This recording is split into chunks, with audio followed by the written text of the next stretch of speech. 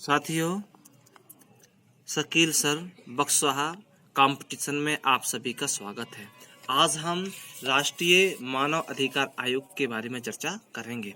इसकी यानी कि मानव अधिकार संरक्षण अधिनियम 1993 के प्रावधानों के तहत 12 अक्टूबर 1993 को राष्ट्रीय मानव अधिकार आयोग की स्थापना की गई। इसको और यह एक क्या है, बहुसदस्यीय संस्था है। इसमें 1 से अधिक सदस्य हैं। इसके अध्यक्ष और सदस्यों की नियुक्ति राष्ट्रपति के द्वारा की जाती है, पर राष्ट्रपति प्रधानमंत्री की उच्च अध्यक्षता वाली समिति की सिफारिशों के आधार पर करते हैं। इस समिति में कितने सदस्य होते हैं, कौन कौन होता है? तो इसमें प्रधानमंत्री, प्राइम मिनिस्टर, लोकसभा के अध्यक्ष, राज्यसभा के उपसभापति और दोनों सदनों के मुख्य विपक्षी नेता, और इसके साथ में केंद्रीय गृह मंत्री जी शामिल होते हैं। ये 7 सदस्य यानी कि इसमें होते हैं, जितने में है यानी कि आप गिन सकते हैं। और इनकी सिफारिशों के आधार पर प्रधानमंत्री जी अध्यक्ष और सदस्यों की नियुक्ति करते हैं, राष्ट्रपति जी करते हैं। संरचना NHRC, इसके अध्यक्ष और सदस्यों का कार्यकाल 3 वर्ष या 70 वर्ष जो पहले हो, यानी कि अगर वो 68 वर्ष के हैं तो वो सिर्फ 2 वर्ष ही कर पाएंगे, क्योंकि वो 70 वर्ष के हो जाएंगे। और पहले ये क्या था, संशोधन 2019 से पहले 5 वर्ष या 70 वर्ष था। अब 2019 के बाद इसे 3 वर्ष या 70 वर्ष कर दिया गया है। इसको ध्यान रखें साथियों। NHRC के अध्यक्ष पद पर उच्चतम न्यायालय के मुख्य न्यायाधीश और साथ साथ उच्चतम न्यायालय के अन्य न्यायाधीश की नियुक्ति होती है। साथियों, इसमें 2 विशिष्ट सदस्य और होते हैं। वह 2 सदस्य, एक सदस्य उच्चतम न्यायालय के यानी कि कार्यरत या सेवानिवृत्त, और इसके साथ में एक सदस्य उच्च न्यायालय के कार्यरत या सेवानिवृत्त न्यायाधीश होंगे। यानी कि एक उच्चतम न्यायालय के और एक उच्च न्यायालय के, यानी कि 2 हुए सदस्य, ठीक है ना। इसके साथ में 3 सदस्य, यानी कि ये 2019 के संशोधन की बात मतलब ये आया, 3 सदस्य ऐसे होंगे जिनको मानव अधिकार संबंधित जानकारी या कार्यानुभव होता है। इनमें यह शर्त है कि कम से कम इन 3 सदस्यों में से एक महिला होनी चाहिए।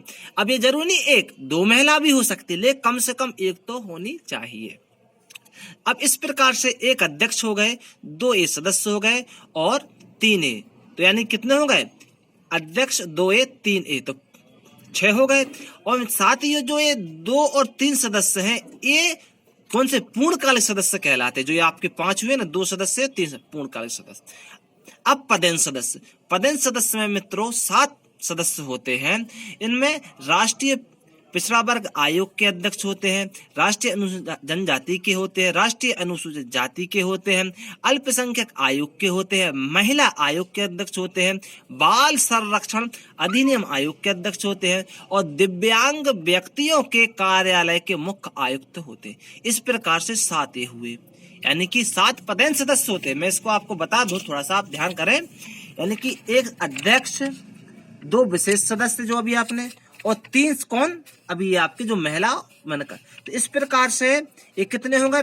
यानी कि जो 3 है महिला, तो ये तो हो गए पूर्णकालिक सदस्य, और 7 सदस्य पदेन सदस्य। तो इस प्रकार से 5 और 7 12 और एक अध्यक्ष, तो 13 सदस्य हो गए। अभी वर्तमान में 13 सदस्य। 2019 के पहले एक अध्यक्ष और विशेष यानी कि पूर्णकालिक सदस्य जो होते थे वो 4 होते थे, और 4 पदेन सदस्य। इस प्रकार से 9 होते थे तब। ध्यान रखें मित्रों। अब हम आगे चर्चा करेंगे महासचिव। इसमें एक IAS रैंक के महासचिव होते हैं, जो अध्यक्ष के अधीन मुख्य प्रशासकीय और वित्तीय शक्तियों का उपयोग करते हैं। वित्तीय दिख रहा है इसमें, वित्तीय शक्ति, हाँ, वित्तीय शक्तियों का और यानी कि प्रशासकीय और वित्तीय शक्तियों का उपयोग करते हैं। इस पे अगर महासचिव के सहज पहुंचा जाए तो 14, जैसे 13 वो और महासचिव, इनकी गिनती नहीं होती। अगर इसको उसमें कहा तो 14 होंगे। अब कार्य और शक्तियां, तो मानव अधिकार का अगर कहीं उल्लंघन हो रहा है तो NHRC उसका स्वतः संज्ञान या शिकायत के माध्यम से उनको पता चलता है, तो NHRC उसकी जांच करती है। साथियों, हमारे साथ बने रहिए, और जिस आप कम समय में हम अधिक से अधिक जानकारी आपको दे रहे हैं, आपको जरूर पसंद आ रहा होगा। आप हमारे चैनल को तुरंत सब्सक्राइब करें, लाइक करें, पसंद करें, ताकि आपको बेल आइकन भी करें, ताकि जो भी हम आपको वीडियो बनाते रहें वो आपके लिए उपलब्ध होते रहें। मानव अधिकार आयोग के उल्लंघन से संबंधित कोई न्यायिक मामले में हस्तक्षेप भी मानव अधिकार आयोग को अधिकार है। कहीं पर अगर किसी जेल का आयोग को दौरा करना है तो वहां का दौरा कर सकते हैं, लेकिन उस राज्य की परमिशन जरूरी है। यदि कोई शिकायत करनी हो तो ऐसा कोई मामला हो तो वह 1 वर्ष से पहले उनके समक्ष प्रस्तुत किया जाए, 1 वर्ष से पहले मानव अधिकार आयोग के समक्ष, और वो उसकी जांच कर सकते हैं। आयोग के पास दीवानी अदालत की शक्तियां हैं, साथ में यह अंतरिम राहत भी प्रदान करती है। और भी कार्य है मानव अधिकार आयोग के साथियों। रिपोर्ट जो महत्वपूर्ण है मैंने आपको बताया। रिपोर्ट राष्ट्रपति के समक्ष प्रस्तुत करते हैं, यानी कि जो मानवाधिकार आयोग है वो राष्ट्रपति को अपनी रिपोर्ट प्रस्तुत करते हैं, जिसे संसद के दोनों सदनों में रखा जाता है। वेतन भत्ते और खर्च, क्योंकि कार्य करेंगे तो खर्च चाहिए, वेतन भत्ते। तो केंद्र राष्ट्रीय है, केंद्र सरकार, क्योंकि राष्ट्रीय मानवाधिकार आयोग हम पढ़े, केंद्र सरकार इसके बहन के लिए पैसा, यानी कि उसको पैसा उपलब्ध कराती है। और इस खर्च की जांच नियंत्रक एवं महालेखा परीक्षक करते हैं। इसके बारे में हमने वीडियो बनाया है, आप उसको जरूर देखें। कम समय में अधिक जानकारी देने की हमने आपको कोशिश की है। हटाना, राष्ट्रपति उन्हें हटा सकते हैं, लेकिन सुप्रीम कोर्ट की जांच के बाद।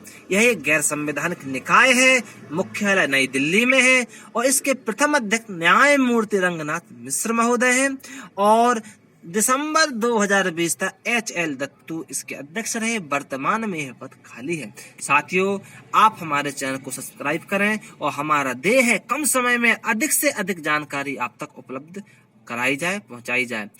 नमस्ते साथियों।